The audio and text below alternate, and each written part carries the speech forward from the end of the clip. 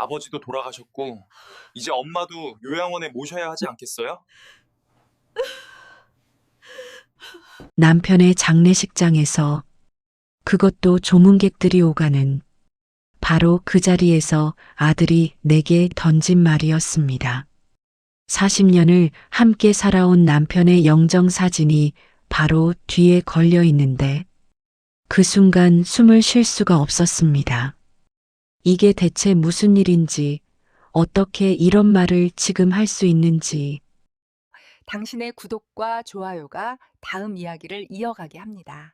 아울러 어디서 듣고 계신지 댓글로 알려주시면 그곳으로 행운이 가득 깃들기를 바라겠습니다. 그럼 시작해 볼까요? 장례식 첫날 아침, 저는 검은 상복을 입으며 거울 속 제 얼굴을 보았습니다. 68세, 주름이 깊게 파인 얼굴이 검은 옷 때문에 더 창백해 보였고, 손은 이유 없이 미세하게 떨렸습니다. 거울 속의 나는 마치 다른 사람 같았습니다. 40년 전 혼인신고하던 날, 28배 저는 이렇게 늙은 제 모습을 상상이나 했을까요?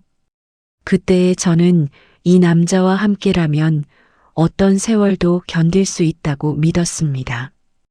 용달 씨, 당신 정말 가신 거예요? 혼잣말이 목구멍에서 맴돌았지만 입 밖으로 나오지 않았습니다. 평생을 참으며 살아온 습관은 남편이 세상을 떠난 지금도 여전했습니다. 누군가에게는 평범한 금요일 아침이지만 제게는 인생이 송두리째 바뀌는 날이었습니다. 세상은 참 무심하구나. 그렇게 생각하니 괜히 눈시울이 뜨거워졌습니다. 장례식장에 도착하자마자 조문객들이 하나둘씩 모여들기 시작했습니다. 고인의 명복을 빕니다. 많이 힘드시죠? 기운 내세요. 사람들의 위로가 이어졌고 저는 그저 고개를 숙이며 인사를 받았습니다. 억지로 미소를 지으려 애썼지만 입꼬리가 제대로 올라가지 않았습니다. 남편의 옛 동료 한 분이 제 손을 꼭 잡으며 말했습니다. 사모님, 용달 씨가. 사모님 얘기 정말 많이 했어요. 평생 고생만 시켰다고, 미안하다고. 그 말에 저도 모르게 눈물이 핑 돌았습니다. 하지만 참았습니다. 여기서 무너지면 안 됐습니다. 아직 3일이나 남았고 조문객들 앞에서 제대로 된 상주 역할을 해야 했습니다. 울면 안 돼. 참아야 해. 저녁이 되자 예상하지 못했던 손님들이 찾아왔습니다. 정장을 단정하게 차려입은 중년의 남성 몇 분. 한 분이 명함을 건네며 조심스럽게 말했습니다. 사모님, 하나 에어로스페이스에서 왔습니다. 고인께서 저희 회사 발전에 큰 기여를 하신 분이십니다. 네, 저는 깜짝 놀랐습니다. 하나 에어로스페이스? 남편이 1997년에 퇴사한 삼성항공 산업이 이름이 여러 번 바뀐 회사라는 건 알고 있었지만 왜 지금 이분들이 오셨을까요? 박용달 차장님께서는 1977년부터 1997년까지 20년간 저희 회사의 역사와 함께 하셨습니다. 삼성정밀공업 시절부터 항공기 엔진 정비 분야의 최고 전문가셨죠. F-16 전투기 엔진 국산화 프로젝트의 핵심 인력이셨고 제 머릿속이 하얘졌습니다. 남편은 그냥 정비사라고만 알고 있었습니다.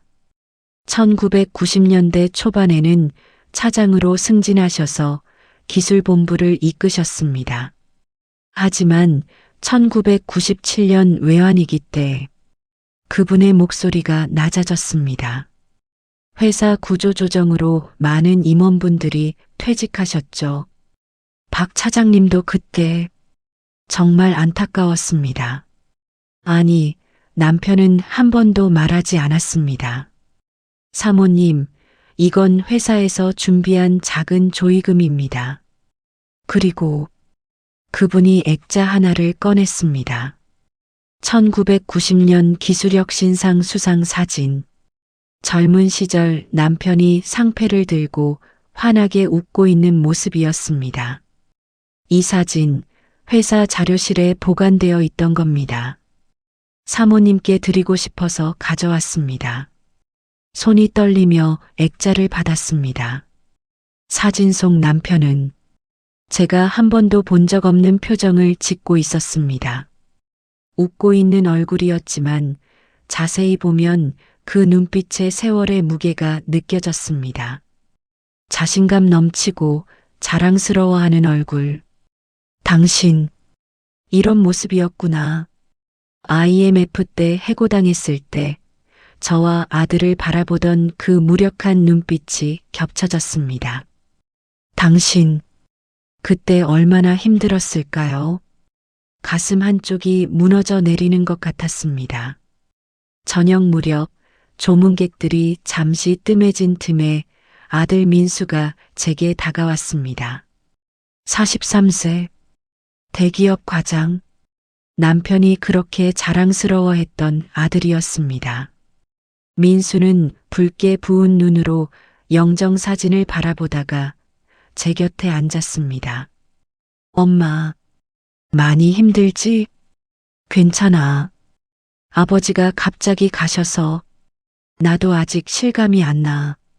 저는 고개를 끄덕였습니다. 민수의 목소리가 떨리고 있었습니다. 아들도 힘든 게 당연했습니다. 그런데 민수는 잠시 침묵하더니 조심스럽게 입을 열었습니다. 엄마, 그런데 이제 혼자 사시기 힘들 텐데. 응? 아버지 장례 끝나면 우리 진지하게 얘기 좀 해야 할 것 같아. 무슨 얘기를 하려는 건지 대충 짐작이 갔습니다. 집 문제, 혼자 사는 것에 대한 걱정, 그리고 아마도 엄마도 이제 나이가 있으시잖아. 건강도 그렇고 요양원도 한번 알아봐야 하지 않을까? 요양원. 그 단어가 귓가에 꽂혔습니다. 장례식장에서 남편의 영정사진이 바로 뒤에 걸려있는 이곳에서 아들은 지금 저에게 요양원 이야기를 꺼내고 있었습니다. 민수야, 그 얘기는 나중에. 엄마, 나중이 언제야? 우리 현실적으로 생각해야지. 엄마 혼자 그 넓은 집에서 살면 위험하잖아. 아들의 목소리에는 걱정이 묻어 있었습니다. 진심으로 제 걱정을 하는 것 같았습니다. 하지만 왜일까요? 그 말이 제 가슴을 칼로 도려내는 것처럼 아팠습니다. 아버지 장례식도 아직 안 끝났는데 입술을 깨물었습니다. 뭐라고 대답해야 할지 몰랐습니다. 그때 며느리 서연이 다가왔습니다. 검은색 한복을 단정하게 차려입은 며느리는 언제나처럼 조용했습니다. 어머님, 식사 좀 하세요. 아침부터 아무것도 안 드셨잖아요. 아니야, 괜찮아. 그래도 서연은 제게 따뜻한 죽 한 그릇을 건넸습니다. 착한 며느리였습니다. 저를 싫어한 적은 없었습니다. 다만 남편과 시어머니 사이에서 늘 눈치를 보는 아이였습니다. 지금도 서연은 민수의 얼굴을 힐끗 쳐다보며 제 반응을 살폈습니다. 이 아이도 힘들겠구나. 며느리의 입장이 얼마나 난처한지 저도 잘 알았습니다. 남편 편을 들면 시어머니한테 미움받을까봐 두렵고 시어머니 편을 들면 남편이 섭섭해할까봐 걱정되는 그런 삶이었을 겁니다. 저는 죽을 한 숟가락 떠서 입에 넣었습니다. 맛이 없었습니다. 아니, 맛을 느낄 수가 없었습니다. 장례식 이틀째 되는 날 밤 저는 장례식장 작은 방에서 잠시 쉬고 있었습니다. 문득 남편의 유품 상자가 눈에 들어왔습니다. 병원에서 가져온 남편의 소지품들, 시계, 지갑, 그리고 낡은 이름표, 박용달, 항공사 정비사 시절 작업복에 달려있던 이름표였습니다. 노란색 플라스틱에 검은 글씨로 새겨진 이름. 남편이 평생 자랑스럽게 달고 다니던 것이었습니다. 손가락으로 이름을 쓰다듬었습니다. IMF가 오기 전까지는 그랬습니다. 남편은 매일 새벽 일찍 일어나 활주로로 향했고 밤늦게 돌아와서도 행복한 얼굴이었습니다. 하지만 해고 통지를 받던 그날, 남편의 얼굴에서 모든 빛이 사라졌습니다. 그 이후로 남편은 달라졌습니다. 말수가 줄었고 집안에서도 늘 미안해하는 표정이었습니다. 이름표를 꼭 쥐고 있으니 눈물이 주르륵 흘러내렸습니다. 이번에는 참지 않았습니다. 혼자 있는 방에서만큼은 울어도 괜찮을 것 같았습니다. 장례식 사흘째, 민수가 다시 제게 다가왔습니다. 이번에는 서연도 함께였습니다. 엄마, 우리 진지하게 얘기 좀 해야겠어. 무슨 얘기? 집 말이야. 솔직히 엄마 혼자 그 집에서 사는 거 위험하잖아. 계단도 있고 관리도 힘들고. 민수야, 그건. 엄마, 내가 나쁜 말 하는 거 아니야. 현실적으로 생각하자는 거지. 아들의 목소리가 점점 단호해졌습니다. 아버지 장례 끝나면 집 정리하고 엄마는 좋은 요양원 알아볼게. 요즘은 시설도 좋고. 싫어. 처음으로 제가 단호하게 말했습니다. 엄마, 싫다고 했어. 그 집은 내가 40년 동안 살아온 집이야. 엄마 감정적으로 생각하지 마. 엄마 건강 생각해서. 내 건강은 내가 알아. 목소리가 떨렸습니다. 민수는 당황한 표정으로 저를 바라봤습니다. 이 아이는 정말 모르는구나. 40년 동안 그 집에서 얼마나 많은 날들을 살았는지. 아들을 키우고 남편을 돌보고 가족을 위해 매일 밥을 짓고 빨래를 하고 그 모든 기억이 스며 있는 집인데 요양원? 그곳에 가면 저는 더 이상 나가 아니라 관리받아야 할 노인이 되는 거잖아요. 장례식 마지막 날, 남편의 영정 사진을 마지막으로 바라봤습니다. 당신, 미안해요. 제대로 된 이별도 못했네요. 가슴이 먹먹했습니다. 민수와 서연은 장례식장 정리를 하며 계속 무언가를 속닥거렸습니다. 아마 집 처분과 요양원 이야기일 겁니다. 나는 이제 어떻게 되는 걸까? 장례식장을 나서며 저는 11월의 차가운 바람을 맞았습니다. 서울 거리는 여전히 분주했고 사람들은 각자의 삶을 살아가고 있었습니다. 하지만 저는 남편도 잃고 집도 잃을 위기에 처했고 아들은 저를 부담스러워하고 있었습니다. 정말 이게 끝인가요? 68년을 살아왔는데 40년을 한 남자와 함께 살아왔는데 왜 이렇게 혼자인 것만 같을까요? 장례를 마치고 집으로 돌아온 날, 현관문을 열자마자 느껴지는 것은 침묵이었습니다. 40년 동안 이 집에는 늘 누군가의 소리가 있었습니다. 남편이 거실에서 신문을 넘기는 소리, 아들이 방에서 음악을 듣는 소리, 제가 부엌에서 설거지하는 물소리. 하지만 지금 이 집은 너무나 조용했습니다. 신발을 벗으며 거실을 바라봤습니다. 남편이 늘 앉아있던 소파, 거기에 놓인 남편의 낡은 쿠션, 책상 위에는 남편이 마지막으로 읽던 신문이 그대로 펼쳐져 있었습니다. 당신, 정말 안 계시는, 그제야 실감이 났습니다. 남편은 다시는 이 집으로 돌아오지 않는다는 것을. 무릎에 힘이 풀렸습니다. 소파에 주저앉아 남편의 쿠션을 꼭 안았습니다. 남편의 냄새가 희미하게 남아 있었습니다. 미안해요. 제대로 된 인사도 못했네요. 눈물이 주르륵 흘러내렸습니다. 이번에는 참지 않았습니다. 혼자 있을 때만큼은 울어도 괜찮을 것 같았으니까요. 장례를 마치고 사흘이 지났습니다. 그날 오후 민수가 서연과 함께 집을 찾아왔습니다. 엄마 계셨어요? 응, 들어와. 민수는 평소보다 단정한 옷차림이었습니다. 양복 재킷까지 입고 온 걸 보니 뭔가 준비를 단단히 하고 온 것 같았습니다. 서연은 불안한 얼굴로 제 눈치를 살피며 거실로 들어왔습니다. 어머님, 식사는 하셨어요? 응, 좀 먹었어. 사실 거짓말이었습니다. 아침부터 아무것도 먹지 못했습니다. 입맛이 없었고 무엇보다 혼자 밥을 차려 먹는다는 게 너무 서러웠습니다. 민수가 소파에 앉으며 말했습니다. 엄마, 오늘 우리 진지하게 얘기 좀 해야 할 것 같아서 왔어.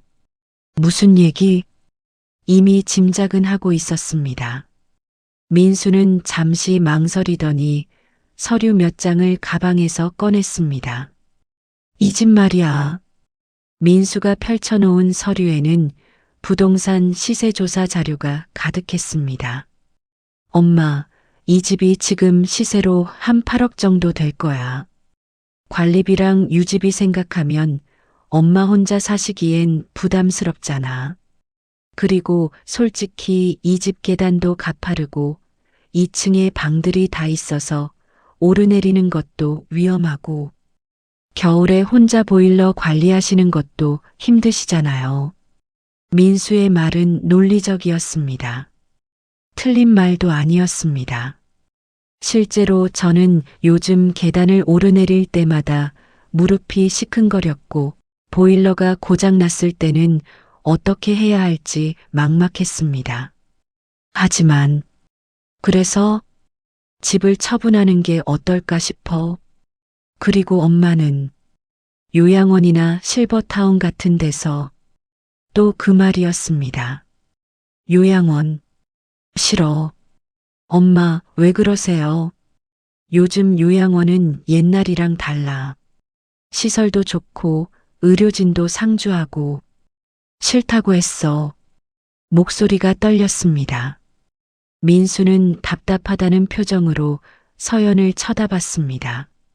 서연은 난처한 얼굴로 저를 바라보며 입을 열었습니다. 어머님, 그이가 나쁜 의도로 하는 말은 아니에요. 정말 어머님 걱정돼서. 나도 알아. 그런데 말을 잇지 못했습니다. 그런데 뭐라고 말해야 하지? 이 집이 제게 어떤 의미인지, 40년의 세월이 얼마나 깊이 스며 있는지, 그걸 어떻게 설명해야 할까요? 민수는 한숨을 쉬며 거실을 둘러봤습니다. 엄마, 이 집도 너무 오래됐잖아요. 수리할 때도 많고, 현실적으로 생각해야죠. 현실적으로. 아들은 자꾸만 그 말을 반복했습니다. 하지만 저에게 이 집은 현실이 아니라 인생 그 자체였습니다. 부엌을 바라봤습니다. 저기 싱크대 옆 찬장. 아들이 처음 걸음마를 하다가 머리를 부딪혀서 생긴 작은 흠집이 아직도 남아 있었습니다. 거실 창가. 남편이 IMF 해고 통지를 받고 돌아온 날 저기 서서 창밖을 하염없이 바라보던 그 모습이 아직도 눈에 선합니다. 2층 작은 방. 아들이 대학 입시를 준비하며 밤새 공부하던 곳. 제가 새벽마다 따뜻한 차를 가져다 주던 그 계단. 모든 것이 기억이었습니다. 엄마, 민수의 목소리에 정신을 차렸습니다. 생각 좀 해볼게. 엄마, 생각만 하다가 언제까지. 민수야. 처음으로 제가 아들의 말을 끊었습니다. 엄마도 시간이 필요해. 아버지 돌아가신 지 겨우 사흘밖에 안 됐잖아. 민수는 입술을 깨물었습니다. 서연이 조심스럽게 민수의 팔을 잡았습니다. 여보, 어머님 말씀이 맞아. 우리 너무 급하게 몰아가는 것 같아. 하지만 조금만 기다려드리자. 어머님도 힘드실 텐데. 서연의 말에 민수는 결국 고개를 끄덕였습니다. 알겠어요, 엄마. 그럼 일주일만 생각해 보세요. 그리고 우리 다시 얘기해요. 민수와 서연이 돌아간 후 저는 2층 남편의 방으로 올라갔습니다. 무릎이 시큰거렸지만 계단을 천천히 올랐습니다. 남편의 방문을 열자 남편의 냄새가 물씬 풍겼습니다. 약간 쿰쿰한 냄새. 남편이 쓰던 오래된 책들과 옷장에서 나는 익숙한 냄새였습니다. 침대 위에는 남편의 옷가지들이 아직 그대로 놓여 있었습니다. 옷장을 열었습니다. 남편의 양복, 셔츠, 그리고 낡은 파란색 작업복. 남편이 입던 그 작업복이었습니다. 손을 뻗어 작업복을 꺼냈습니다. 세탁이 여러 번 되어서 색이 바랬고 여기저기 기름때가 묻어 있었습니다. 하지만 남편은 이 작업복을 버리지 못했습니다. 아마도 가장 행복했던 시절을 떠올리고 싶었던 거겠죠. 작업복을 가슴에 안았습니다. 당신, 이 옷을 왜 버리지 못했을까요? 혼잣말이 흘러나왔습니다. IMF 때문에 해고당하고 그 이후로 당신은 정말 많이 힘들어했죠. 눈물이 또 흘렀습니다. 제가 뭐라도 더 해드렸어야 했는데, 당신 자존심을 지켜드렸어야 했는데, 후회가 밀려왔습니다. 작업복을 개려고 펼쳤을 때, 주머니에서 뭔가 딸그락 소리가 났습니다. 뭐지? 주머니에 손을 넣었습니다. 차갑고 작은 금속 물체가 손에 잡혔습니다. 꺼내보니 열쇠였습니다. 작은 금속 열쇠, 오래되어 보이는 낡은 열쇠였습니다. 이게 뭐지? 처음에는 기억이 나지 않았습니다. 하지만 자세히 보니 열쇠 손잡이 부분에 작은 번호가 새겨져 있었습니다. 428.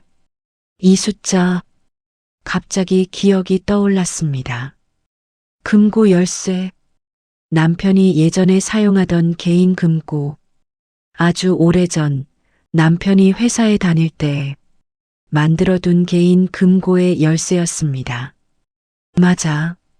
그때 남편이 중요한 서류들을 보관한다고 했었지. 하지만 IMF 이후로 그 금고 이야기는 까맣게 잊고 있었습니다. 남편도 얘기하지 않았고 저도 물어보지 않았습니다. 이 열쇠로 뭘 열 수 있을까? 궁금증이 일었습니다. 금고는 어디에 있을까요? 그리고 그 안에는 무엇이 들어 있을까요? 작업복을 침대 위에 조심스럽게 놓고 열쇠를 손에 쥔 채 방 안을 둘러봤습니다. 금고가 어디 있을까? 옷장 안을 뒤져봤습니다. 책장도 살펴봤습니다. 침대 밑도 확인했습니다. 하지만 금고는 보이지 않았습니다. 다른 곳에 보관했을까? 은행 대여 금고일 수도 있었습니다. 하지만 남편이 은행 금고를 쓴다는 얘기는 들어본 적이 없었습니다. 찾아야 해. 이건 남편이 남긴 마지막 뭔가일지도 몰라. 왠지 그런 예감이 들었습니다. 이 열쇠가 여는 금고 안에 남편이 제게 남기고 싶었던 무언가가 있을 것 같았습니다. 그날 밤 열쇠를 식탁 위에 놓고 차를 마시고 있을 때 핸드폰이 울렸습니다. 서연이었습니다. 여보세요, 어머님. 응, 서연아. 어머님, 오늘 저희가 너무 심하게 말씀드린 것 같아서 죄송해요. 서연의 목소리가 조심스러웠습니다. 아니야, 괜찮아. 너희도 날 걱정해서 그런 거잖아. 그래도 민수가 좀 급하게 몰아간 것 같아요. 제가 좀 말렸어야 했는데 서연은 미안하다는 말을 몇 번이나 반복했습니다. 서연아, 네, 어머님. 너 힘들지? 갑작스러운 제 질문에 서연이 잠시 침묵했습니다. 무슨 말씀이세요? 남편이랑 시어머니 사이에서 눈치 보느라 힘들잖아. 서연이 대답하지 못했습니다. 아마 제 말이 맞았던 것 같습니다. 미안해, 서연아. 내가 너를 더 힘들게 만든 것 같구나. 아니에요, 어머님. 그런 거 아니에요. 하지만 서연의 목소리는 떨리고 있었습니다. 전화를 끊고 나서 저는 한숨을 쉬었습니다. 모두가 힘든 거구나. 저만 힘든 게 아니었습니다. 민수도 서연도 모두 각자의 방식으로 힘들어하고 있었습니다. 그날 밤 잠이 오지 않았습니다. 식탁 위에 놓인 열쇠를 계속 바라봤습니다. 이 열쇠가 뭔가를 바꿀 수 있을까? 아마도 아닐 겁니다. 금고 안에 뭐가 있든 제 처지를 바꿀 수는 없을 겁니다. 하지만 그래도 열어봐야 해. 이건 남편이 남긴 마지막 흔적이니까. 남편은 왜 이 열쇠를 작업복 주머니에 넣어뒀을까요? 혹시 제가 찾기를 바랐던 걸까요? 아니면 그냥 우연이었을까요? 창밖을 바라봤습니다. 11월의 밤하늘에는 별이 하나도 보이지 않았습니다. 용달 씨, 당신은 거기서 뭘 보고 계세요? 남편에게 묻고 싶었습니다. 이 열쇠로 뭘 열어야 하는지, 금고 안에 뭐가 있는지, 그리고 저는 앞으로 어떻게 살아야 하는지. 새벽 4시, 잠을 이루지 못하고 뒤척이다가 결국 일어났습니다. 식탁 위에 놓인 열쇠가 어둠 속에서도 희미하게 빛났습니다. 오늘은 반드시 찾아야 해. 차가운 물로 세수를 하고 따뜻한 차 한 잔을 끓였습니다. 혼자 사는 집의 새벽은 너무나 고요했습니다. 예전 같았으면 이 시간에 남편이 화장실 가는 소리라도 들렸을 텐데 지금은 정말 아무 소리도 들리지 않았습니다. 용달 씨, 당신은 왜 이 열쇠를 작업복에 넣어뒀을까요? 차를 마시며 생각했습니다. 혹시 제가 작업복을 정리하다가 발견하기를 바랐던 걸까요? 아니면 그냥 깜빡하고 넣어둔 걸까요? 아니야, 남편은 절대 그런 사람이 아니었어. 남편은 세심한 사람이었습니다. 특히 중요한 것들은 절대 잊지 않았습니다. 그렇다면 이 열쇠를 작업복에 넣어둔 것도 의도가 있었을 거예요. 날이 밝자마자 저는 본격적으로 금고를 찾기 시작했습니다. 먼저 남편의 방부터 옷장 안 구석구석을 다시 뒤졌습니다. 옷가지들을 하나하나 꺼내며 확인했지만 금고는 없었습니다. 책장도 살펴봤습니다. 남편이 좋아하던 오래된 책들 사이에 뭔가 숨겨져 있을까 싶어서 책을 한 권씩 꺼내보기도 했습니다. 하지만 역시 아무것도 없었습니다. 다른 방도 찾아봐야겠어 서재로 갔습니다. 남편이 가끔 홀로 앉아서 생각에 잠기던 그 방. 책상 서랍을 하나씩 열어봤습니다. 오래된 편지들, 영수증들, 사진들. 하지만 금고는 보이지 않았습니다. 무릎이 아팠지만 계속 찾았습니다. 창고도 뒤졌고 다락방까지 올라가 봤습니다. 먼지가 가득한 다락방에서 헛기침을 하면서도 멈추지 않았습니다. 어디 있을까? 대체 어디에? 점점 지쳐갔지만 포기할 수 없었습니다. 오후가 되어서야 거실로 돌아와 소파에 앉았습니다. 온몸이 아팠습니다. 68세의 몸으로 하루 종일 집안을 뒤지는 건 무리였습니다. 도대체 어디에 숨겨둔 거예요?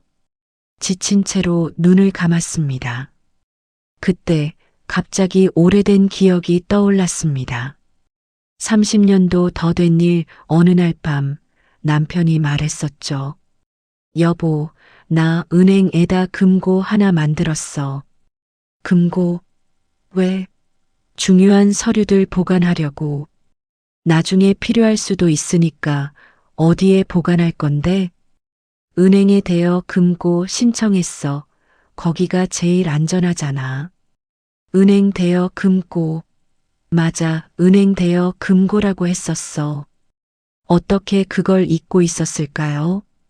하지만 문제가 있었습니다. 어느 은행이었을까요? 30년 전의 일이라 기억이 가물가물했습니다. 우리가 그때 주로 이용하던 은행이 잠깐 집 근처에 있던 은행, 남편이 월급 통장을 만들었던 그 은행, 신한은행 성북지점, 맞아, 거기였습니다. 다음 날 아침 저는 일찍 준비를 하고 은행으로 향했습니다. 열쇠를 손에 꼭 쥐고 가방에 남편의 사망진단서와 제 신분증을 챙겼습니다. 혹시 몰라 필요할 수도 있으니까. 버스를 타고 가는 동안 가슴이 두근거렸습니다. 긴장되기도 하고 기대되기도 했습니다. 금고 안에는 뭐가 있을까? 아마 예전 회사 근무 서류들이겠죠. 아니면 보험 증서 같은 것들.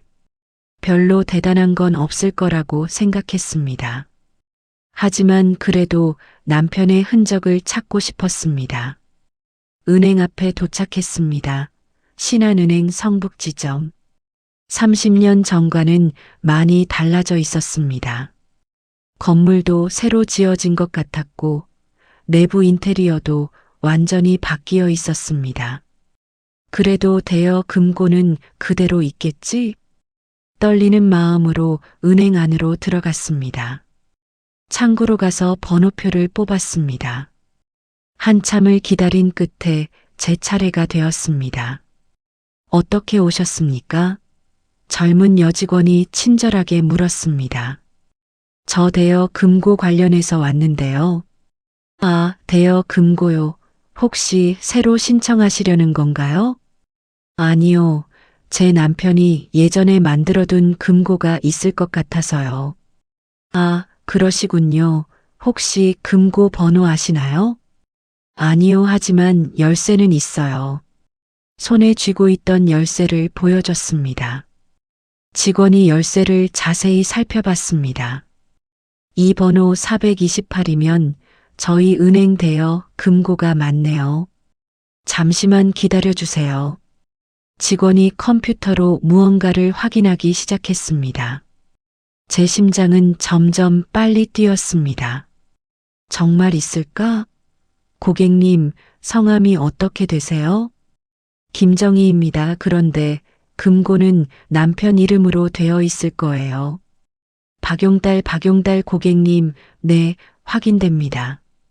순간 가슴이 철렁 내려앉았습니다. 정말 있었습니다. 30년 전에 만들어둔 금고가 실제로 존재했습니다. 그런데 고객님 죄송하지만 본인이 아니시면 금고를 열 수 없습니다. 가족이라도 안 됩니다. 아, 그런데 남편이 돌아가셨거든요. 아, 그러시군요. 그럼 사망진단서와 상속관계를 증명할 수 있는 서류가 필요합니다. 다행히 저는 준비해 왔습니다. 사망진단서와 가족관계 증명서를 꺼냈습니다. 직원이 서류를 검토했습니다. 네, 확인됐습니다. 이쪽으로 오시죠. 직원을 따라 은행 내부 깊숙한 곳으로 걸어갔습니다. 두꺼운 철문을 통과해서 지하로 내려가는 계단. 여기가 금고실이구나. 계단을 내려가는 동안 다리가 후들거렸습니다. 긴장 때문이었을까요? 아니면 기대감 때문이었을까요? 지하에는 작은 방이 있었고 벽면에 수십 개의 작은 금고들이 줄지어 있었습니다. 428번이 여기 있네요. 직원이 벽면의 한 금고를 가리켰습니다. 생각보다 작은 금고였습니다. 가로 30cm, 세로 20cm 정도. 여기 열쇠를 꽂으시면 됩니다. 제가 마스터키로 먼저 열고 그 다음에 고객님 열쇠로 여시면 돼요. 직원이 마스터키를 꽂고 돌렸습니다. 그리고 제게 손짓했습니다. 이제 열쇠를 꽂으세요. 손이 떨렸습니다.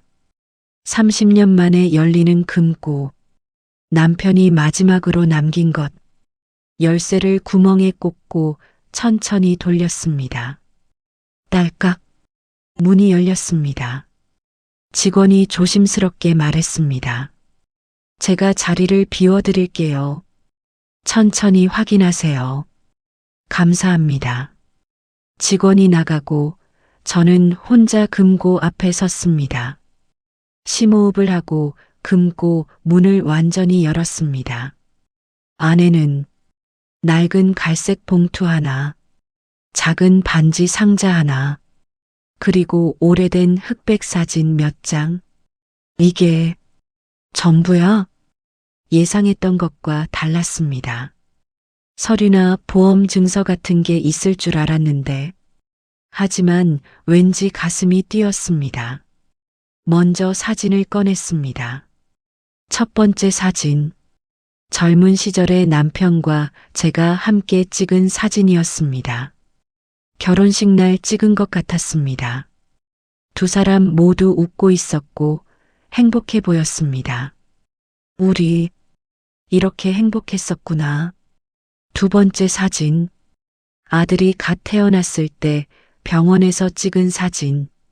남편이 아기를 안고 환하게 웃고 있었습니다. 세 번째 사진. 항공사 활주로 앞에서 동료들과 함께 찍은 사진. 남편의 가장 자랑스러운 시절. 당신, 이 사진들을 여기에 보관해뒀구나. 눈물이 핑 돌았습니다. 다음으로 반지 상자를 열었습니다. 안에는 작은 금반지 하나가 있었습니다. 이게 뭐지? 처음 보는 반지였습니다. 제가 끼던 반지도 아니고 남편 것도 아니었습니다. 반지 안쪽을 자세히 보니 작은 글씨가 새겨져 있었습니다. 정희에게 1983.4, 28, 1983년 4월 28일. 우리가 결혼한 날이었습니다. 남편이 이걸 준비했었구나. 하지만 이 반지를 받은 기억이 없었습니다. 아마도 주려다가 그냥 보관해 둔 것 같았습니다. 왜 주지 않았을까요? 부끄러워서였을까요? 아니면 타이밍을 놓쳐서였을까요? 용달 씨, 당신은 왜 이렇게 말을 못하는 사람이었어요? 가슴이 아팠습니다. 마지막으로 갈색 봉투를 꺼냈습니다. 봉투 겉면에는 남편의 손글씨로 이렇게 적혀 있었습니다. 정희야, 당신만 보세요. 손이 떨렸습니다. 봉투를 열어야 할까 말아야 할까? 잠시 망설였지만 결국 봉투를 열었습니다. 안에는 편지 한 장과 서류 몇 장이 들어 있었습니다. 먼저 편지를 펼쳤습니다. 남편의 느린 손글씨가 한자 한자 적혀 있었습니다. 정희야, 이 편지를 읽고 있다면 아마 나는 이미 세상을 떠난 후일 거야. 평생 말 못해 미안했어. 나는 당신에게 좋은 남편이 되지 못했어. IMF 때 해고당하고 그 이후로 제대로 가정을 책임지지도 못했고 당신이 혼자 고생하는 걸 보면서도 아무것도 해주지 못했어. 그래서 이것만은 꼭 당신에게 남겨주고 싶었어. 봉투 안에 있는 서류를 보면 알게 될 거야. 이건 모두 당신 거야, 정희야. 당신이 힘들 때 쓰세요. 그리고 정말 미안해. 편지를 읽는 동안 눈물이 멈추지 않았습니다. 당신, 이런 마음을 품고 살았구나. 봉투 안에 서류를 꺼냈습니다. 그리고 그 순간 저는 그 자리에 주저앉고 말았습니다. 서류에 적힌 내용을 보고 저는 말을 잃었습니다.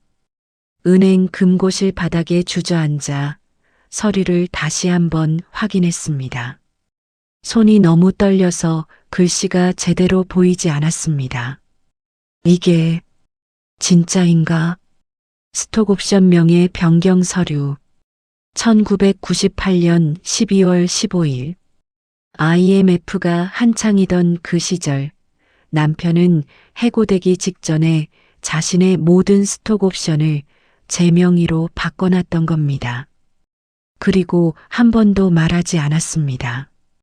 20년이 넘는 세월 동안 왜 말하지 않았어요?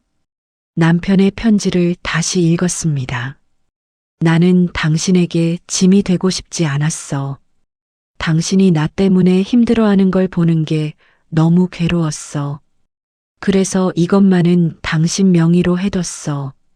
언젠가 당신에게 필요한 날이 올 거라고 생각했어. 눈물이 멈추지 않았습니다. 남편은 그렇게 조용히 저를 지키고 있었던 거였습니다. 은행을 나와 집으로 돌아오는 길, 택시 안에서 창밖을 멍하니 바라봤습니다. 서류를 가방에 꼭 껴안고 있었지만 아직도 실감이 나지 않았습니다. 삼성정밀공업으로 입사해서 회사 이름을 삼성항공산업으로 바뀔 때까지 열심히 일했습니다. 남편은 퇴사 이후 하나그룹으로 편입되었습니다. 하나에어로스페이스라는 명칭도 최근에 알았습니다. 나중에 알게 된 얘기지만 주가가 5년 동안 50배 올랐다고 합니다. 이 200억은 거기에 기인한 것으로 보입니다. 평생 상상도 못했던 돈이었습니다. 아니, 돈의 액수가 중요한 게 아니었습니다.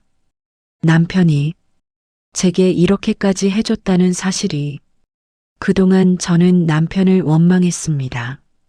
IMF 이후 무기력해진 모습을, 가정을 제대로 책임지지 못하는 모습을.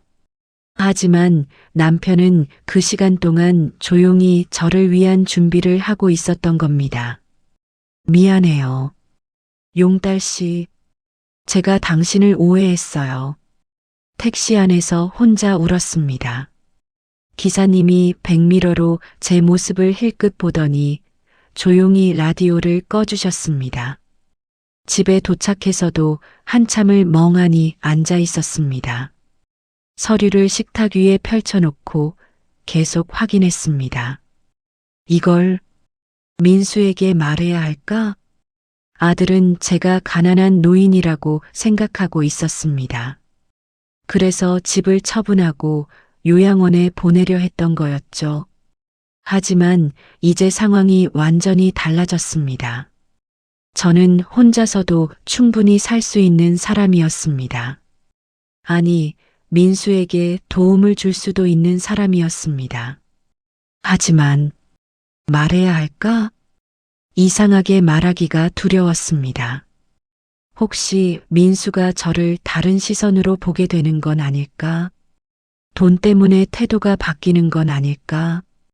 그런 게 두려웠습니다. 그날 저녁, 초인종이 울렸습니다. 누구지? 문을 열자 며느리 서연이 서 있었습니다. 혼자였습니다. 어머님, 혼자 계세요? 응, 서연아. 어쩐 일이야? 그냥 어머님 얼굴 보고 싶어서요. 서연의 목소리가 평소와 달랐습니다. 무언가 힘들어 보였습니다. 들어와. 차 한잔 할까? 네. 서연이 조심스럽게 안으로 들어왔습니다. 저는 얼른 식탁 위에 서류들을 치웠습니다. 아직 아무에게도 보여줄 준비가 되지 않았으니까요. 차를 끓여서 서연에게 건넸습니다. 서연은 차를 받아들고 한참을 말없이 있었습니다. 서연아, 무슨 일 있어? 어머님. 서연이 고개를 들었을 때 그 눈에는 눈물이 가득했습니다. 어머님, 제가 너무 비겁한 것 같아요. 무슨 소리야? 그이가 어머님을 요양원에 보내려고 하잖아요. 저는 그게 싫었어요. 정말 싫었는데 말리지 못했어요. 서연의 목소리가 떨렸습니다. 저는 항상 그래요. 남편 눈치 보고, 시어머니 눈치 보고, 제 의견은 한 번도 제대로 말한 적이 없어요. 서연아, 어머님, 미안해요. 저도 딸이거든요. 우리 엄마가 이런 대우를 받으면 저도 너무 마음 아플 것 같아요. 서연이 울기 시작했습니다. 조용히 그러나 진심으로 저는 서연의 손을 잡았습니다. 처음으로 며느리의 손을 제대로 잡아본 것 같았습니다. 마치 오랫동안 참아왔던 감정이 한꺼번에 터져 나오는 것 같았습니다. 한참을 울던 서연이 진정되고 나서 우리는 조용히 마주 앉았습니다. 어머님, 저 사실 말씀드릴 게 있어요. 뭔데? 그이가 요즘 회사에서 힘들어해요. 승진해서 밀렸거든요. 그래? 네. 그래서 돈에 대한 스트레스가 심해요. 아이들 학원비도 만만치 않고 집 대출금도 있고. 서연이 조심스럽게 말을 이었습니다. 그래서 어머님 집을 처분하면 조금이나마 도움이 될 거라고 생각한 것 같아요. 물론 어머님 걱정도 진심이지만 솔직히 경제적인 부담도 큰 거예요. 저는 고개를 끄덕였습니다. 그럴 줄 알았습니다. 서연아, 솔직하게 말해줘서 고마워. 어머님, 죄송해요. 아니야. 내가 잘못한 거 하나도 없어. 오히려 나한테 이렇게 솔직하게 말해줘서 고마워. 서연이 제 손을 꼭 잡았습니다. 어머님, 저는 어머님 편이에요. 제가 뭐라도 도와드릴 수 있으면 좋겠어요. 그 순간 저는 결심했습니다. 서연에게만큼은 진실을 말해야겠다고. 서연아, 사실 나도 너한테 말할 게 있어. 네. 저는 잠시 망설이다가 가방에서 서류를 꺼냈습니다. 서연은 의아한 표정으로 서류를 바라봤습니다. 이게 뭐예요? 남편이 내게 남긴 거야. 서연이 서류를 읽기 시작했습니다. 그리고 점점 눈이 커졌습니다. 어머님, 이게 진짜예요? 응. 200억. 이 돈이 어머님 명의로. 남편이 IMF 때 자기 스톡 옵션을 내 명의로 바꿔뒀대. 그리고 한 번도 말하지 않았어. 서연은 말을 잃었습니다. 한참 동안 서류만 바라보더니 천천히 고개를 들었습니다. 어머님, 그럼 그이는 몰라요? 응. 너 말고는 아무도 몰라. 왜 저한테 말씀하시는 거예요? 너한테는 말해야 할 것 같았어. 내가 나를 진심으로 걱정해 주는 거 알았거든. 서연의 눈에 다시 눈물이 고였습니다. 어머님, 서연아, 이 비밀 우리 둘만 알자. 아직 민수한테는 말하고 싶지 않아. 네, 알겠어요, 어머님. 그날 밤 서연과 저는 오랫동안 대화를 나눴습니다. 앞으로 어떻게 해야 할지, 민수에게 언제 말해야 할지, 집은 어떻게 할지. 어머님, 제 생각에는 조금 더 기다리는 게 좋을 것 같아요. 왜? 그이가 지금은 너무 힘들어해요. 회사 일도 그렇고 경제적으로도 그렇고 이 상태에서 이 사실을 알게 되면 자존심이 상할 수도 있어요. 서연의 말이 맞았습니다. 민수는 자존심이 강한 아이였습니다. 어머니가 200억을 가지고 있다는 사실을 알게 되면 지금까지 자신이 한 말과 행동들이 부끄러워질 겁니다. 그럼 언제 말하는 게 좋을까? 조금만 더 기다려요. 어머님도 마음을 정리할 시간이 필요하잖아요. 그리고 그이도 조금 더 성장할 시간이 필요해요. 성장? 네. 어머님의 진짜 마음을 이해할 수 있을 만큼요. 저는 고개를 끄덕였습니다. 서연의 말이 현명하게 느껴졌습니다. 우리 이제 함께하자.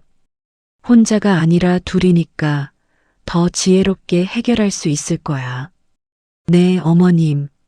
서연이 돌아가고 나서 저는 거실 창가에 섰습니다. 밤하늘에는 별이 하나 둘 떠오르고 있었습니다. 용달 씨, 당신이 남긴 이 선물로 저는 이제 뭘 해야 할까요? 남편의 영정 사진을 바라봤습니다. 사진 속의 남편은 조용히 웃고 있었습니다.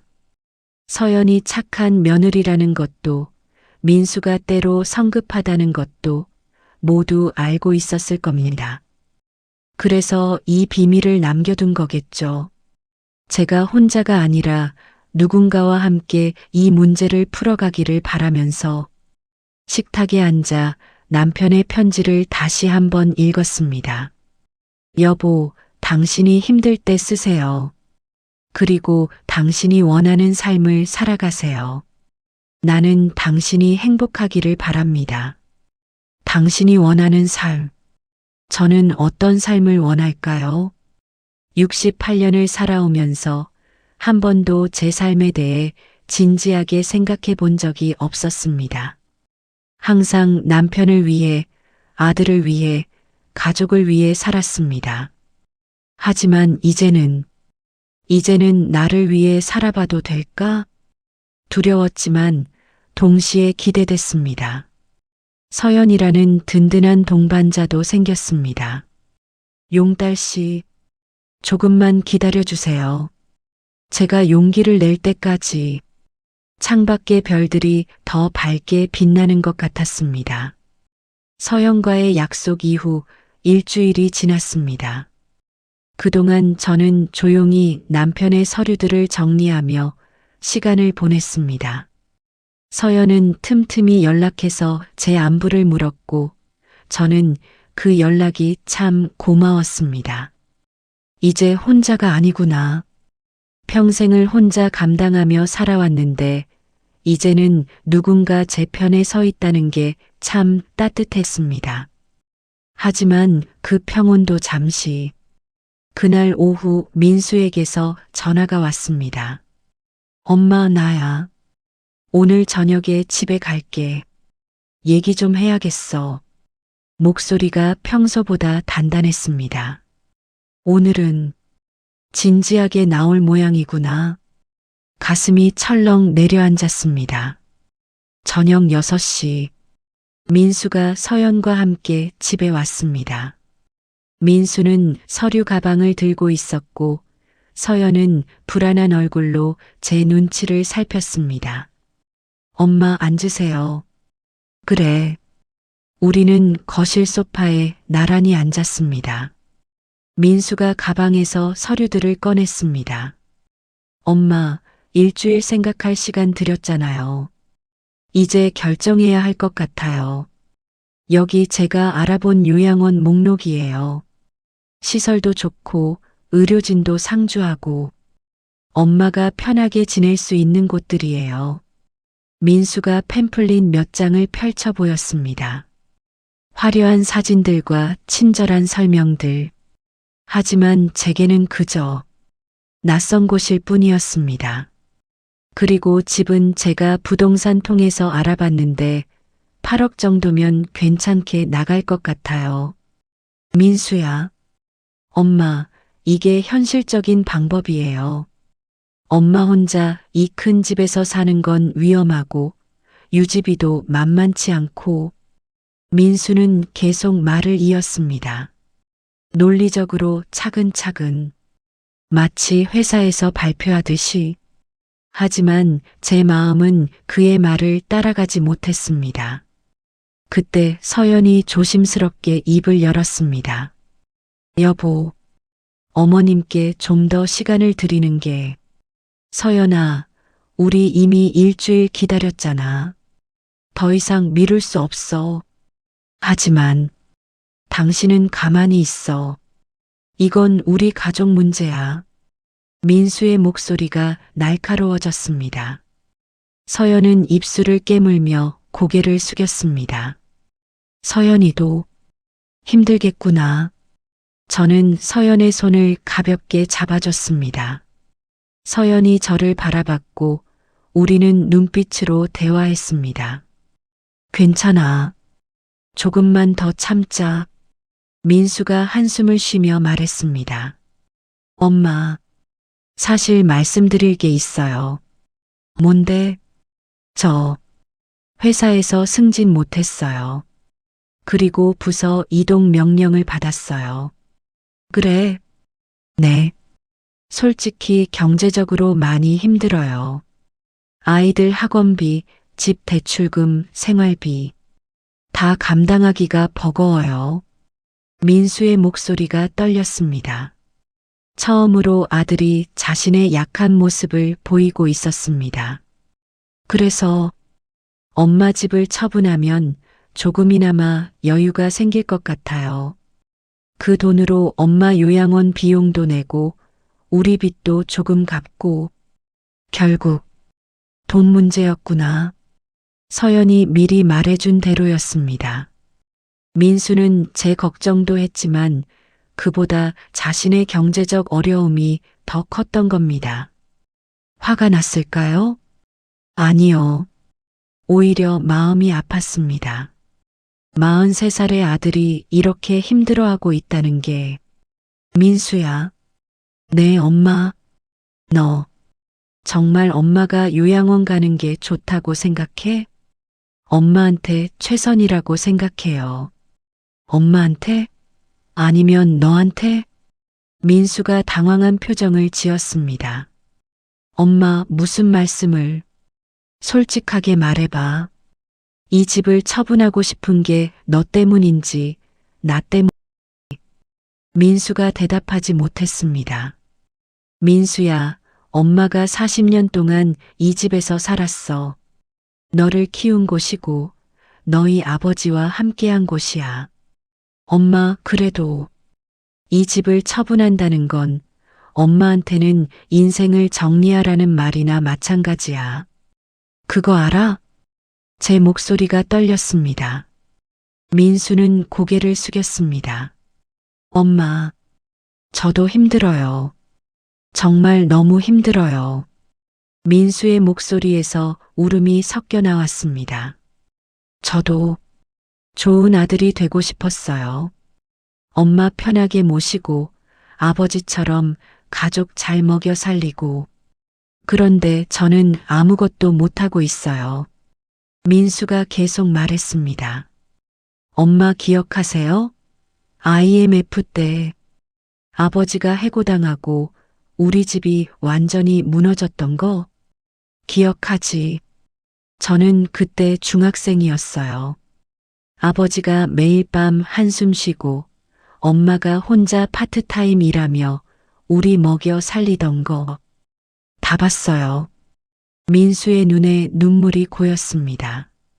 저는 그때 결심했어요. 나는 절대 아버지처럼 되지 말아야겠다고.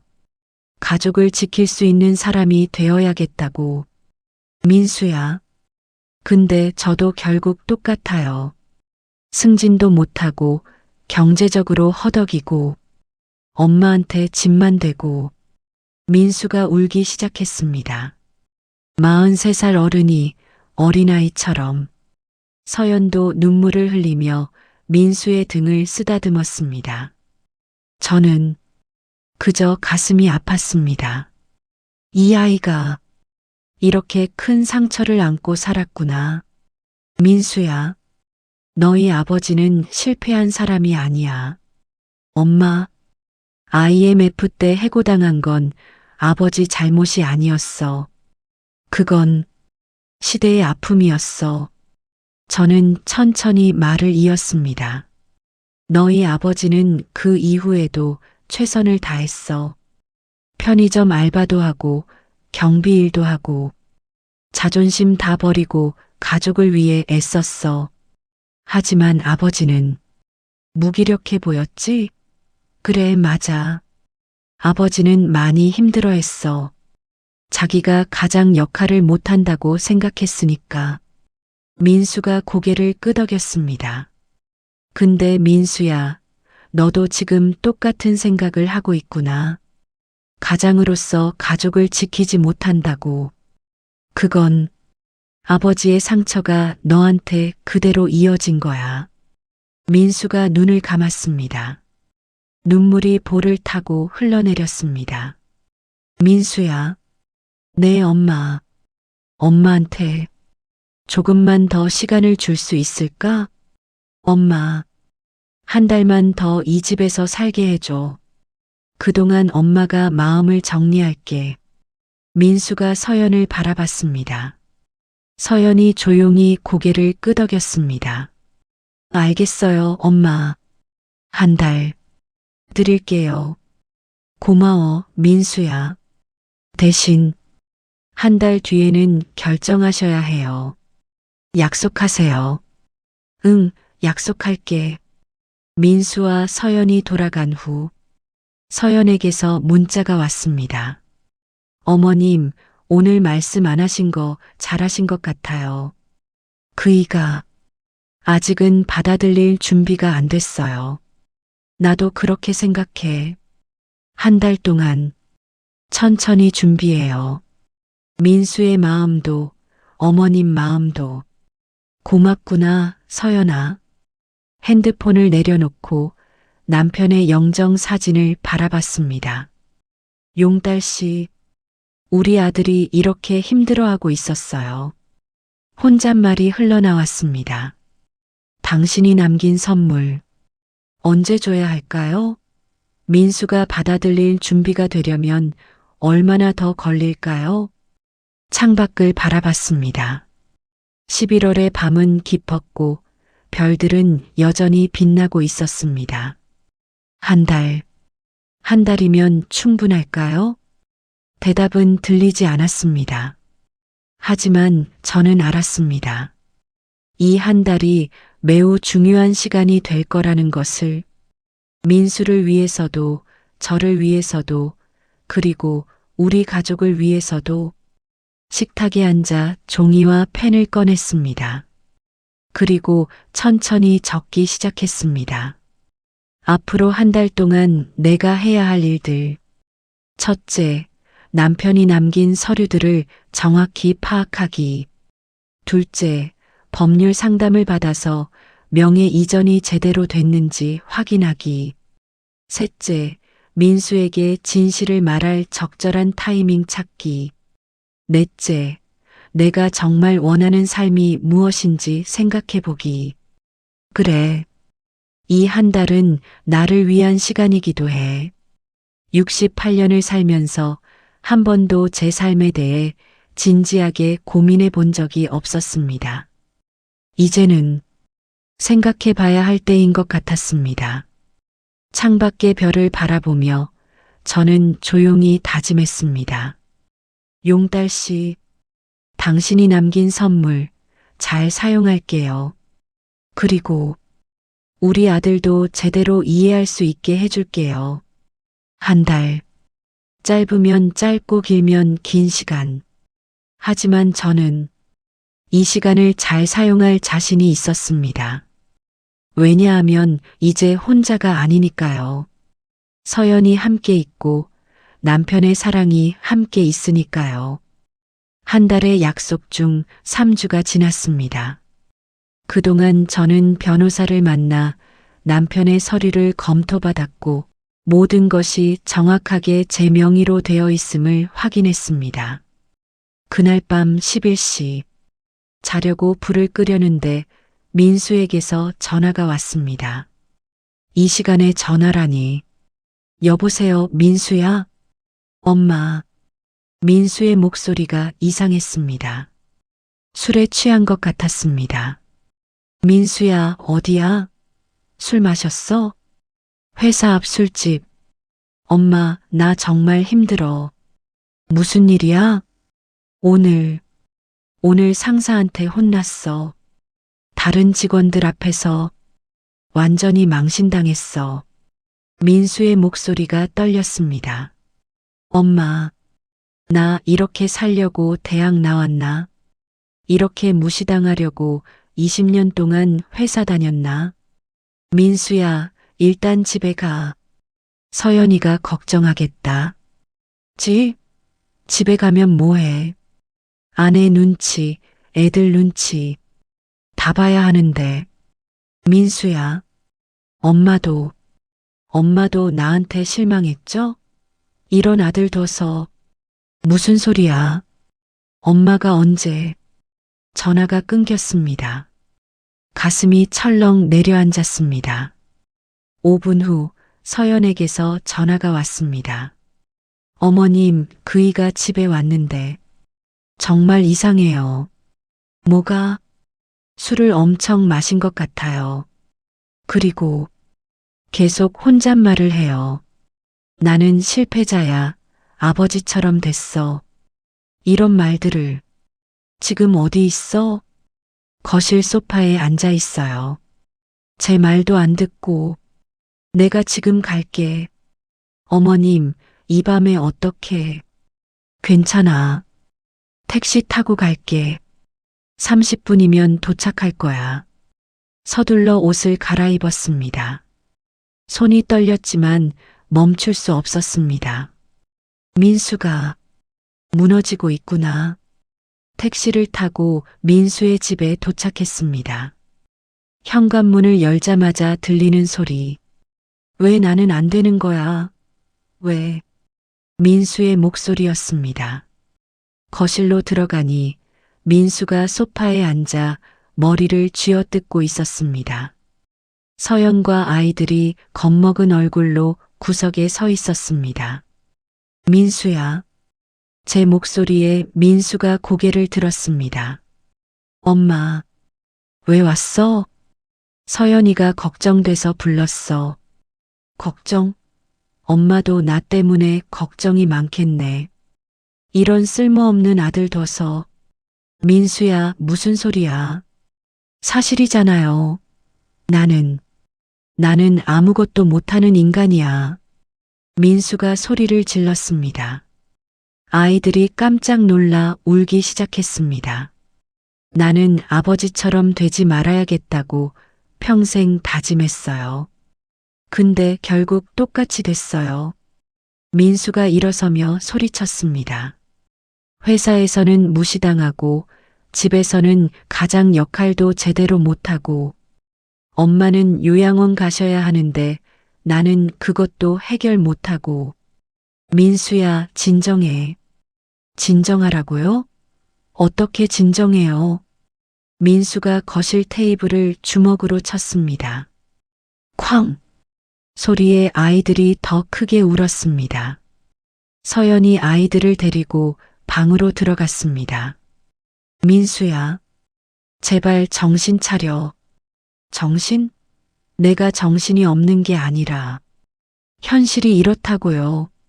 민수가 제게 다가왔습니다. 엄마. 엄마는 아버지가 IMF 때 무너지는 거 보면서 뭘 느꼈어요? 민수야. 한심했죠?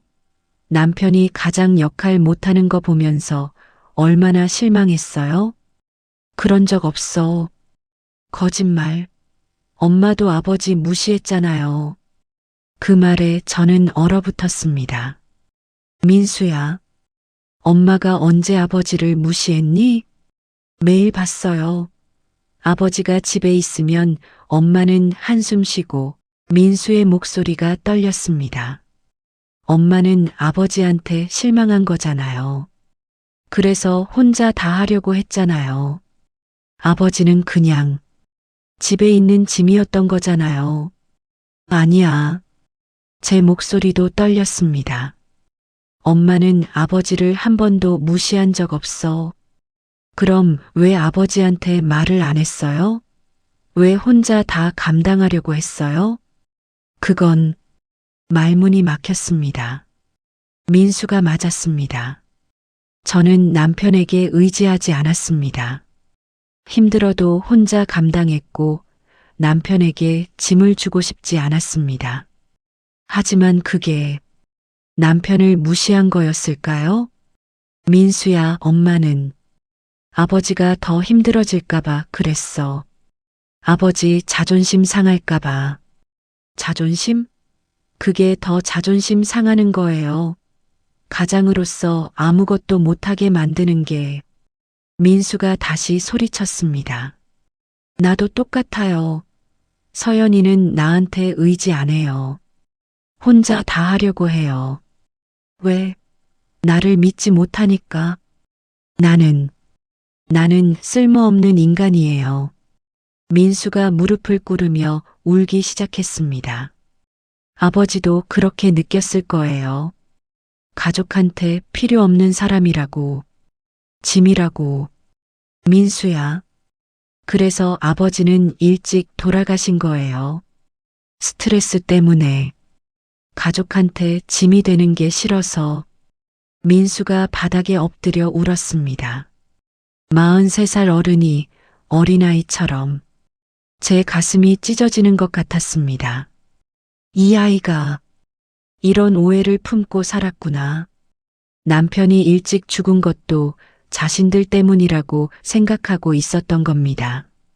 민수야, 아버지는 그렇게 생각 안 했어. 어떻게 알아요? 아버지한테 물어봤어요? 물어본 적이 없었습니다. 남편은 말이 없는 사람이었고 저도 물어보지 않았습니다. 그저 서로 참으며 살았습니다. 그리고 그 침묵이 이렇게 큰 오해를 만들어낸 겁니다. 민수야, 엄마가 미안해. 저는 민수 옆에 무릎을 꿇고 앉았습니다. 엄마가 아버지한테 더 솔직하게 말할 걸 그랬어. 혼자 다 감당하려고 하지 말고. 이제 와서 무슨 소용이에요. 아버지는 이미 안 계시는데. 민수의 목소리는 차가웠습니다. 민수야, 일주일 남았어요. 약속했잖아요. 일주일 뒤에는 결정하신다고. 민수가 일어서며 방으로 들어가 버렸습니다. 쾅! 문이 거칠게 닫혔습니다. 저는 거실 바닥에 그대로 앉아 있었습니다. 서연이 방에서 나와 제 옆에 앉았습니다.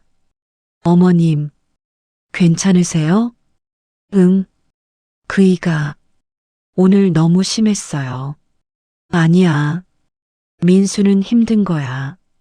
그래도 어머님한테 그렇게 말하는 건. 서연의 목소리도 떨렸습니다. 어머님, 이제 말씀하시는 게 어떨까요? 민수가 너무 힘들어해요. 이대로 가다간.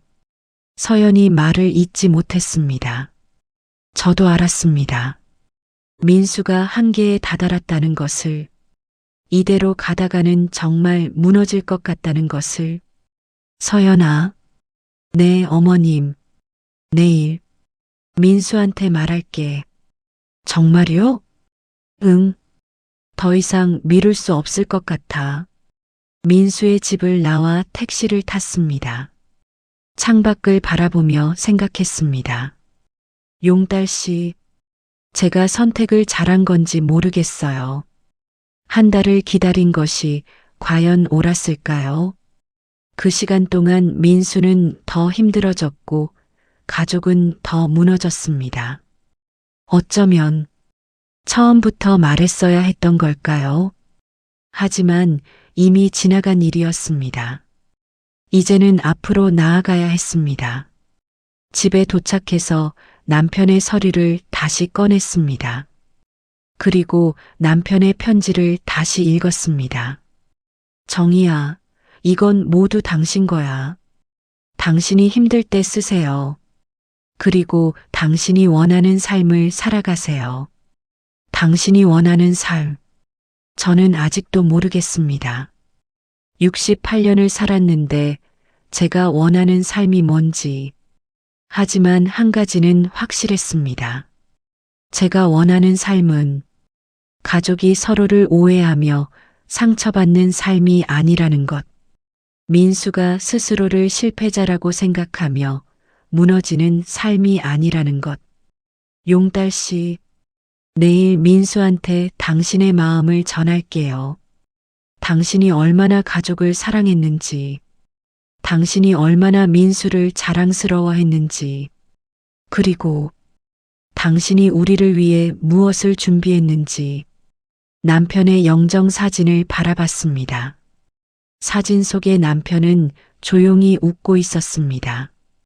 마치 말하는 것 같았습니다. 잘하고 있어, 정희야. 내가 알아서 잘할 거야. 눈물이 흘러내렸습니다. 하지만 이번에는 슬픔의 눈물이 아니었습니다. 결심의 눈물이었습니다. 내가 받아들일 수 있을까? 내가 이해할 수 있을까? 두렵지만 더 이상 미룰 수는 없었습니다. 새벽부터 깨어 있다가 아침 8시에 민수에게 전화를 걸었습니다. 여보세요, 민수야? 엄마. 민수의 목소리는 어젯밤보다 가라앉아 있었습니다. 아마 술이 깨면서 자신의 행동을 후회하고 있는 것 같았습니다. 오늘 우리 집으로 올 수 있어? 서연이랑 같이. 엄마, 어젯밤에 제가. 괜찮아. 그냥 와줄래? 엄마가 할 말이 있어. 네, 알겠습니다. 전화를 끊고 남편의 서류들을 식탁 위에 정리했습니다. 금고에서 가져온 모든 것들, 사진, 반지, 편지, 그리고 스톡옵션명의 이전 서류. 용달 씨, 오늘 당신의 마음을 전할게요. 오후 2시, 민수와 서연이 집에 왔습니다. 민수는 어젯밤과는 달리 차분해 보였지만 눈이 퉁퉁 부어 있었습니다. 엄마, 어젯밤에 죄송했습니다. 앉아, 민수야. 세 사람이 식탁에 둘러앉았습니다. 민수는 식탁 위의 서류들을 보며 의아한 표정을 지었습니다. 이게 뭐예요? 아버지가, 너희 아버지가 남긴 거야. 저는 천천히 이야기를 시작했습니다. 민수야, 너 아버지가 어디서 일했는지 알지? 삼성항공산업. 지금은 하나에어로스페이스가 됐죠. 맞아. 아버지는 1977년부터 그 회사에서 일했어. 삼성정밀공업 시절부터. 민수가 고개를 끄덕였습니다. 아버지는 항공기 엔진 정비사였어. F-16 전투기 엔진을 직접 정비하는 일을 했지. 알아요, 엄마. 그런데 아버지가 그 일을 얼마나 자랑스러워 했는지 아니? 민수가 잠시 침묵했습니다. 아버지는 매일 아침 일찍 일어나서 작업복을 입을 때 눈이 반짝였어. 나라를 지키는 전투기를 정비한다는 자부심이 있었거든. 제 목소리가 떨렸습니다. 그런데 1997년 IMF가 터지고 아버지는 구조조정 대상이 됐어. 아버지는 퇴사하기 며칠 전에 회사에서 제안을 받았어. 서연이 제 손을 잡아줬습니다. 스톡 옵션. 아버지가 20년 동안 일한 대가로 받은 주식 매입 권리였어. 스톡 옵션이요? 응. 당시에는 가치가 별로 없었어. 회사도 어려웠고 하나로 인수되기 전이라 아무도 그게 가치 있을 거라고 생각 안 했어. 민수가 서류를 보기 시작했습니다. 그런데 아버지는 그 스톡 옵션을 모두 내 명의로 바꿔놨어. 네. 1997년 12월 15일. 퇴사하기 바로 전날. 민수의 손이 떨렸습니다. 하나 에어로스페이스는 최근 5년간 50배 폭등했어요. 알아. 그리고 이 편지를 남겼어. 저는 남편의 편지를 민수에게 건넸습니다. 민수가 편지를 펼쳤습니다. 정희야, 이 편지를 읽고 있다면 아마 나는 이미 세상을 떠난 후일 거야. 평생 말 못해 미안했어. IMF 이후 내가 무기력했던 것, 당신이 혼자 고생한 것, 그게 내 평생의 후회야. 나는 가장으로서 무능했어. 하지만 단 하나만큼은 잘한 게 있다면 이 스톡 옵션을 당신 명의로 바꿔놓은 거야. 당시에는 가치가 없었지만 언젠가는 가치가 있을 거라고 믿었어. 그리고 그게 당신을 지켜줄 거라고. 정희야, 이건 모두 당신 거야. 민수한테는 미안하지만 나는 당신이 먼저야. 평생 고생만 시킨 당신에게 이것만은 주고 싶었어. 당신이 원하는 삶을 살아. 사랑해요, 정희야. 용달. 민수가 편지를 읽는 동안 눈물이 뚝뚝 떨어졌습니다. 그 스톡 옵션이 지금 얼마인지 아니? 민수가 고개를 들었습니다. 눈물 범벅인 얼굴로. 삼성항공산업은 하나테크인을 거쳐 지금 하나에어로스페이스가 됐어. 그리고 방산산업이 호황이면서 주가가 엄청나게 올랐어. 서류를 민수에게 보여줬습니다. 현재 시세로 약 200억 원. 뭐라고요? 민수가 얼어붙었습니다. 아버지가 남긴 스톡 옵션이 지금 200억 원 가치가 돼 있어.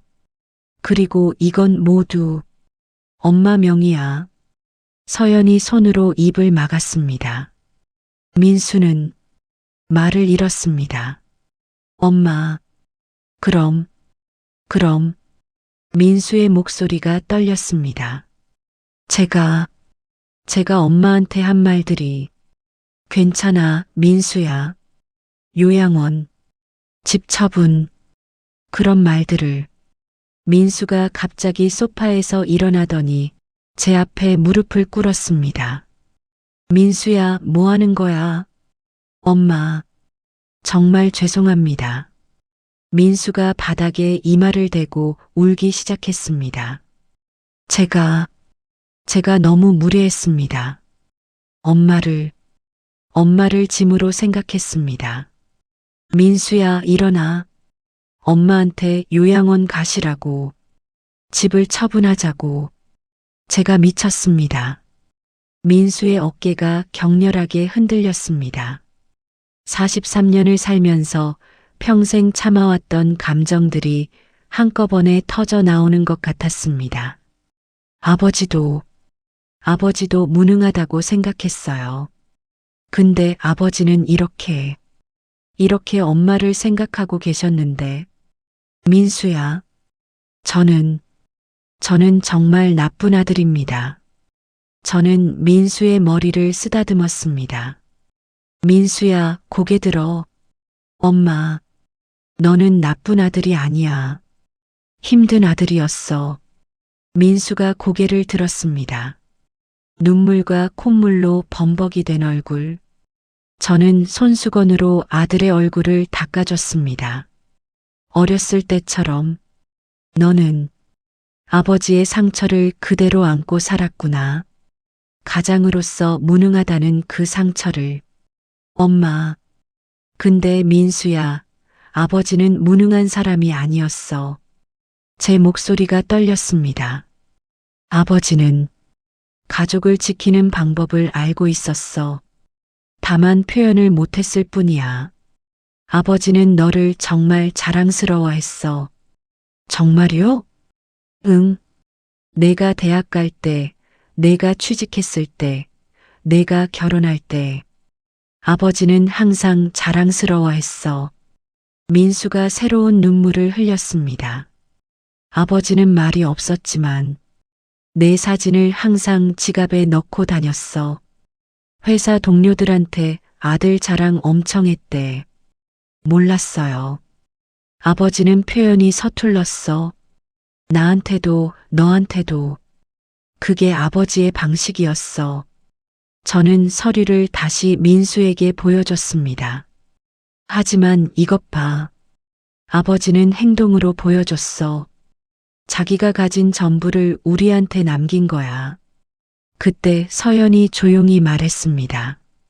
여보, 나도 사실 어머님한테 들어서 알고 있었어. 뭐? 어머님이 금고를 열고 나서 저한테 먼저 말씀하셨어. 민수가 서연을 바라봤습니다. 왜 나한테 말 안 했어? 어머님이 아직 내가 받아들일 준비가 안 됐다고 하셨어. 그리고 나도 그렇게 생각했어. 서연이 민수의 손을 잡았습니다. 당신은 너무 힘들어하고 있었어. 회사 일도 경제적인 것도. 그 상태에서 이 사실을 알았으면 더 힘들었을 거야. 서연아, 미안해, 당신. 나도 당신을 제대로 믿지 못했던 것 같아. 두 사람이 껴안고 울었습니다. 저는 그 모습을 보며 안도했습니다. 용달 씨, 우리 잘하고 있는 거죠? 한참을 울고 나서 세 사람은 다시 식탁에 앉았습니다. 민수가 조심스럽게 물었습니다. 엄마, 이 돈은 어떻게 하실 거예요? 글쎄, 엄마도 아직 생각 중이야. 저희한테 주실 건 아니죠? 왜? 이건 아버지가 엄마한테 남긴 거잖아요. 저는 받을 자격이 없어요. 민수의 목소리가 떨렸습니다. 민수야, 이 돈이 중요한 게 아니야. 네. 아버지가 진짜 남긴 건 돈이 아니라 마음이야. 가족을 지키고 싶었던 그 마음. 저는 민수의 손을 잡았습니다. 너도 아버지처럼 가족을 지키고 싶어서 힘들었던 거잖아. 그게 진짜 가장의 마음이야. 엄마, 돈이 있든 없든 내가 가족을 생각하는 그 마음. 그게 아버지가 너한테 물려준 거야. 민수가 다시 눈물을 흘렸습니다. 하지만 이번에는 따뜻한 눈물이었습니다. 엄마, 그럼 집은요? 엄마는 여기서 계속 살 거야. 네. 40년을 여기서 살았는데 왜 떠나야 해? 여기가 엄마 집이야. 민수가 고개를 끄덕였습니다. 그리고 요양원? 그런 거 안 가. 엄마는 아직 건강해. 혼자 살 수 있어. 알겠습니다, 엄마. 대신 가끔 놀러와. 손주들 데리고. 네. 자주 올게요. 서연이 웃으며 말했습니다. 어머님, 주말마다 올게요. 아이들도 할머니 보고 싶어 해요. 그래, 고맙구나. 세 사람이 손을 잡았습니다. 오랜만에 느껴지는 진짜 가족의 온기였습니다. 민수와 서연이 돌아간 후 저는 남편의 영정사진 앞에 앉았습니다. 용달 씨, 다 끝났어요. 혼잣말이 흘러나왔습니다. 민수가 이제 아버지 마음을 알았어요. 그리고 자기 자신도 용서했어요. 남편의 사진은 여전히 조용히 웃고 있었습니다. 당신이 남긴 200억, 어떻게 쓸까요? 잠시 생각했습니다. 조금은 민수한테 줄게요. 아이들 교육비랑 빚 갚는 데 쓰라고. 당신도 그러고 싶었을 거예요. 그리고 나머지는 나를 위해 쓸게요. 당신이 원한 대로. 남편의 사진을 쓰다듬었습니다. 고마워요, 용달 씨. 평생 날 지켜줘서, 그리고 사랑해줘서. 창밖으로 석양이 지고 있었습니다. 긴 하루가 저물어가고 있었습니다. 하지만 제게는 새로운 시작이었습니다. 68년을 살았지만 이제야 진짜 나의 인생이 시작되는 것 같았습니다. 6개월 후, 저는 정말로 이탈리아에 갔습니다. 로마의 트레비 분수 앞에서 동전을 던지며 소원을 빌었습니다. 우리 가족 모두 행복하게 해주세요. 피렌체의 두오모 성당에서 아름다운 건축물을 보며 감탄했습니다. 베니스의 곤돌라를 타며 운하를 따라 흘러갔습니다. 68세의 나이에 혼자 떠난 첫 해외여행. 두렵기도 했지만 자유로웠습니다. 민수는 회사에서 승진했습니다. 경제적으로도 안정되고 무엇보다 마음이 편안해졌습니다. 서연은 제 친구가 되었습니다. 일주일에 한 번씩 만나 차를 마시며 수다를 떨었습니다. 손주들은 할머니 집에 오는 걸 좋아했습니다. 넓은 집에서 뛰어놀고 할머니가 해주는 맛있는 음식을 먹고, 그리고 저는 68년 만에 처음으로 나로 살고 있었습니다. 어느 봄날 아침, 남편의 영정사진 앞에 앉아 조용히 속삭였습니다. 용달 씨, 당신이 남긴 건 200억이 아니었어요. 눈물이 흘렀지만 웃고 있었습니다. 당신이 남긴 건 나를 살게 하는 용기였어요. 햇살이 창틀 위로 넘실댔습니다. 오랫동안 갇혀있던 제 마음을 비추며 이제 저는 자유였습니다. 이제 저는 행복했습니다. 이제 저는 살아있었습니다. 68년의 긴 터널을 지나 드디어 빛을 만난 것 같았습니다. 고마워요, 용달 씨. 사랑해요. 그리고 저는 나의 두 번째 인생을 향해 걸어갔습니다.